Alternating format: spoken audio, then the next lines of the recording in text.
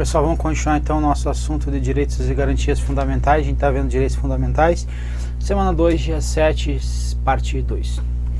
Agora a gente vai falar sobre a liberdade de pensamento e suas limitações. Então a liberdade de manifestação do pensamento é um direito fundamental, mas ele vai ter o quê? Algumas restrições. Então ele não é, como todo direito, ele não é absoluto. Então é previsto no artigo 5º, inciso 4, além do artigo 220. Então essa liberdade tem o temperamento ou as suas limitações estabelecidas de maneira ou outra nos incisos. Por exemplo, direito de resposta proporcional ao agravo e também com direito de indenização, vedação à censura, inviolabilidade da intimidade e da vida privada, direito a acesso à informação. Então, você pode manifestar o pensamento, mas vai ter essas limitações aí. No artigo 5º, inciso 4, vai dizer que é livre a manifestação do pensamento, mas é o que? Vedado o anonimato. Muitas das questões elas caem à literalidade do inciso. Ele coloca lá que sendo autorizado o pensamento, o anonimato, certo? Fala em alguns casos possível anonimato. Ele começa a inventar algumas coisas, mas o que? A regra é que a manifestação do pensamento ela é livre e não pode ter o anonimato. Então trata de uma regra sem destinatários definidos, já que qualquer pessoa em princípio pode manifestar o que pensa, desde que não faça sobre o manto do anonimato. Então a proibição do anonimato tem o objetivo de proteger eventuais destinatários da manifestação de juízos caluniosos, por exemplo, ofensivos e depreciativos. Então como que eu vou ter uma resposta proporcional ao agravo de uma manifestação de um pensamento se eu não sei quem a fez, certo? Então não pode o anonimato, perfeito?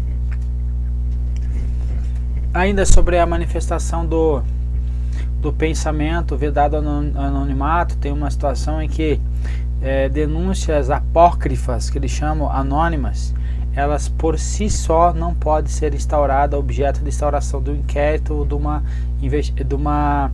um processo administrativo disciplinar, por exemplo, para punição de um servidor. Então, uma denúncia apócrifa, uma denúncia anônima, ela pode ensejar o início de uma investigação, perfeito? Porque não pode estar sobre o manto do anonimato aí, ok? Liberdade de reunião. Olha que diz o inciso agora 16. Todos podem reunir-se pacificamente. Qual é a condição? Não pode ser grupos armados, ok? Não pode grupos paramilitares também. Em locais abertos ao público, e depende de autorização? Não, olha só, independente de autorização. Não precisa de autorização, ok? Qual é a outra condição? Não pode frustrar outra reunião anteriormente convocada para o mesmo local, certo? Sendo apenas exigido o aviso prévio. Por que eu preciso do aviso prévio? O aviso prévio é para que não frustre o que? Outra reunião, para que o poder público possa aí fazer uma segurança, por exemplo, mandar aí a polícia. Então é nesse sentido o aviso prévio. Então é exigido o aviso prévio, mas não é exigido a autorização. Cuida que o examinador adora trocar isso aí. Então a reunião poderá ser estática ou dinâmica segundo o STF. Uma passeata, uma reunião, uma manifestação, uma parada gay, por exemplo. Então o STF deu a interpretação conforme a Constituição Federal, o artigo 287 do Código Penal e o parágrafo 2º aí da Lei de Drogas, do artigo 33, para afastar qualquer entendimento no sentido de que a marcha na maconha constitui apologia ao crime, certo? Porque sobre aí o argumento de que era a liberdade de expressão e de reunião sendo manifesta aí conforme o artigo 5º, inciso 4 e o inciso 16 da Constituição Federal. O STF ainda destacou também que, entretanto, que as manifestações devem ser o quê? Lícitas, devem ser pacíficas e sem armas, ok? Como já está previsto aí na Constituição, no texto constitucional já está grafado isso, sem prévia notificação de autoridade e sem prévia notificação da autoridade competente. Aqui é estranho, né? Porque a corte manifesta que a manifestação deve ser lícita, ok? Sem armas e, aliás, com prévia. Olhei, tá? Por isso que eu achei estranho.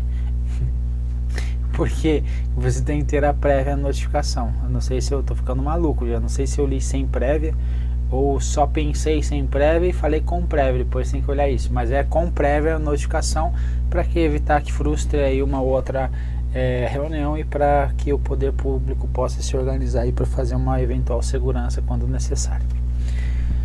O STF também não admite a participação de crianças e adolescentes nessas manifestações aí que tragam convicções que sejam aí, por exemplo, relacionado a algo que, nesse caso aqui, como nós estamos trazendo a discriminação da maconha, de drogas, o engajamento de menores em movimentos dessa natureza, esperando-se deles a defesa ostensiva do consumo legalizado de entorpecentes como a maconha interfere indevidamente no processo de formação de sua autonomia e aponta em sentido oposto àquele sinalizado na Constituição do artigo 227 aí. O que ele está dizendo aqui? Quando eu vou fazer uma manifestação, uma reunião, passeata, que eu vou estar defendendo algo, como por exemplo, movimentos de legalização da maconha ou movimentos dessa natureza, eu tenho que verificar que crianças e adolescentes aí, eles não podem estar participando disso, ok? Então tem que pensar nisso aí também. Liberdade de locomoção. A ideia é que seja livre a locomoção em território nacional em tempo de paz, podendo qualquer pessoa, nos termos da lei, nele entrar, permanecer ou dele sair com seus bens, ok? Então não vai ter aí um impedimento de você se manifestar em tempo de paz, aí você se locomover, entrar, permanecer ou sair aí com seus bens aí do território nacional, perfeito? Qual é a condição? Primeiro, em tempo de paz. Qual é a observação? Algumas questões abordam lá se o pedágio ele não é algo que impeça essa livre locomoção no território nacional. O STF entende que não, ok? Então esse é o posicionamento do STF e também o posicionamento da banca examinadora. Trata-se do direito à locomoção ligado à liberdade. A gente viu que ligado à liberdade é um direito de primeira dimensão ou geração, cuja violação oportuniza então o tal do habeas corpus, remédio constitucional que a gente vai estar estudando aí, para assegurar a liberdade de ir e vir, ok? Naturalmente não estão amparados por esse direito forças militares estrangeiras, ok? Então forças militares estrangeiras que somente poderão transitar no território nacional caso haja permissão pelo presidente da República, segundo o artigo 84, inciso 22 da Constituição Federal também, que vai dizer: compete privativamente ao presidente da República permitir, nos casos previstos em lei complementar, que forças estrangeiras transitem no território nacional ou nele permaneçam temporariamente. Então compete ao ministro? Não. Compete ao Senado? Não. Compete à Câmara? Não. Compete ao presidente da República, porque ele é o que? É o chefe supremo das Forças Armadas, ok? Direito de propriedade intelectual. Então, aos autores pertence o direito exclusivo de utilização, publicação e republicação de suas obras, transmissível aos seus herdeiros pelo tempo que a lei fixar, ok? Então autores aí direito exclusivo de publicação e reprodução das suas obras. Qual é o tempo? O tempo previsto em legislação aí. Então essa é uma norma de eficácia contida, porque aqui por enquanto ela vai estar plena. Aí enquanto não sai uma norma, esse tempo que a lei fixar, a lei não fixou, então pode durar 100 anos. Fixou agora 10 anos, beleza, então agora pelo tempo que a lei fixar, então restringiu, então é uma norma de eficácia contida. O inciso 18 vai falar que são assegurados nos termos da lei a proteção a participações individuais em obras coletivas e a reprodução da imagem. Então a reprodução da imagem de vozes humanas, inclusive em atividades desportivas. Então, por exemplo, o campeonato aí brasileiro de futebol, final de semana, dia de semana, tá passando na televisão, vai ter participação aí dos jogadores aí, o direito de imagem. Direito de fiscalização. Então, fiscalização do aproveitamento econômico das obras que criarem, de que participarem, aos criadores, aos intérpretes e aos respectivas representações sindicais e associativas. Então, direito de fiscalização do aproveitamento econômico das obras, então, também são assegurados no termo da lei. Então, temos a proteção e temos o direito da fiscalização aí da propriedade intelectual. A lei assegurará aos autores de inventos industriais privilégios temporários, ok? Para sua utilização, bem como a proteção às criações industriais, à propriedade de marcas, aos nomes de empresas e aos outros signos distintivos, tendo em vista o interesse social e o desenvolvimento tecnológico e econômico do país. Então a lei vai assegurar então o que? Privilégio temporário aí aos inventos, ok?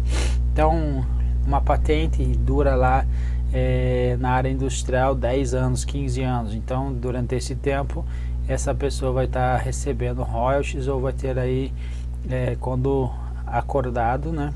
Ou então somente ele vai ter a exclusividade desse produto, ok? Então é um privilégio temporário. 13 é a página. Inciso 29. A lei assegurará aos autores de inventos industriais o privilégio temporário. A gente já falou isso daqui, ok? Então, eu deixei em branco aqui. E assim a gente acabou aí nosso assunto que nós estávamos previsto para esses slides, ok? Então, qual é a atenção que você tem que ver? Está verificando. A atenção maior é a própria literalidade desses incisos. A maior parte desses incisos, eles são cobrados a literalidade deles, ok? As que não são cobradas a literalidade normalmente trazem aí os entendimentos do STF. É o que a gente está procurando trazer aí para vocês. Beleza, meu povo? Um abraço, fique com Deus.